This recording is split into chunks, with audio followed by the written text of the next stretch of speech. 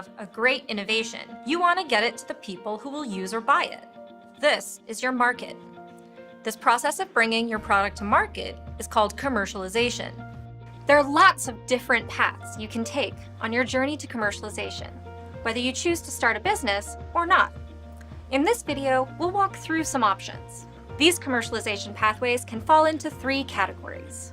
1, new venture creation. 2, partnership. And 3, licensing.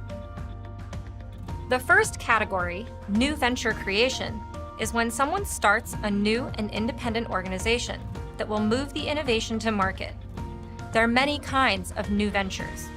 Some high-growth startups have huge markets and a complex technology that others can't copy. They often need a lot of cash from outside investors who will own part of the company. The founders and investors are hoping for a big payday in a few years when they sell the company. Other slow-growth startups don't need a huge market and can be controlled by the founder. They are started with some money from friends or family, and then profits can be used to repay loans and expand over time. Nonprofit startups are ventures whose goal is to reach people with a product or service that supports their mission to have a positive impact. Often, nonprofits will use donations, grants, or contracts to raise money to get their innovation to those who need it. These venture types differ in some ways, but the key characteristic of any startup is that an independent organization is working to get its product into the market. What if you don't want to start a new venture, or you hope to hand off your innovation to others? What are your other options? Consider partnerships and licenses. Second pathway is partnership. A partner can help you bring the innovation to market because they have resources or expertise that you don't. The risk is that a partner can take a long time to set up, and you will share decision-making and assets with them. However, especially for innovators serving global markets, partnering with a local organization can be highly valuable.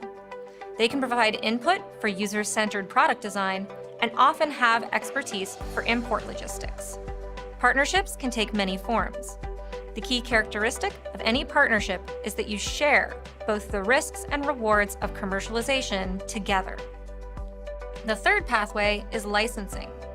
Licensing usually allows you to reach customers more quickly and inexpensively than if you did all of the manufacturing, distribution, and sales on your own.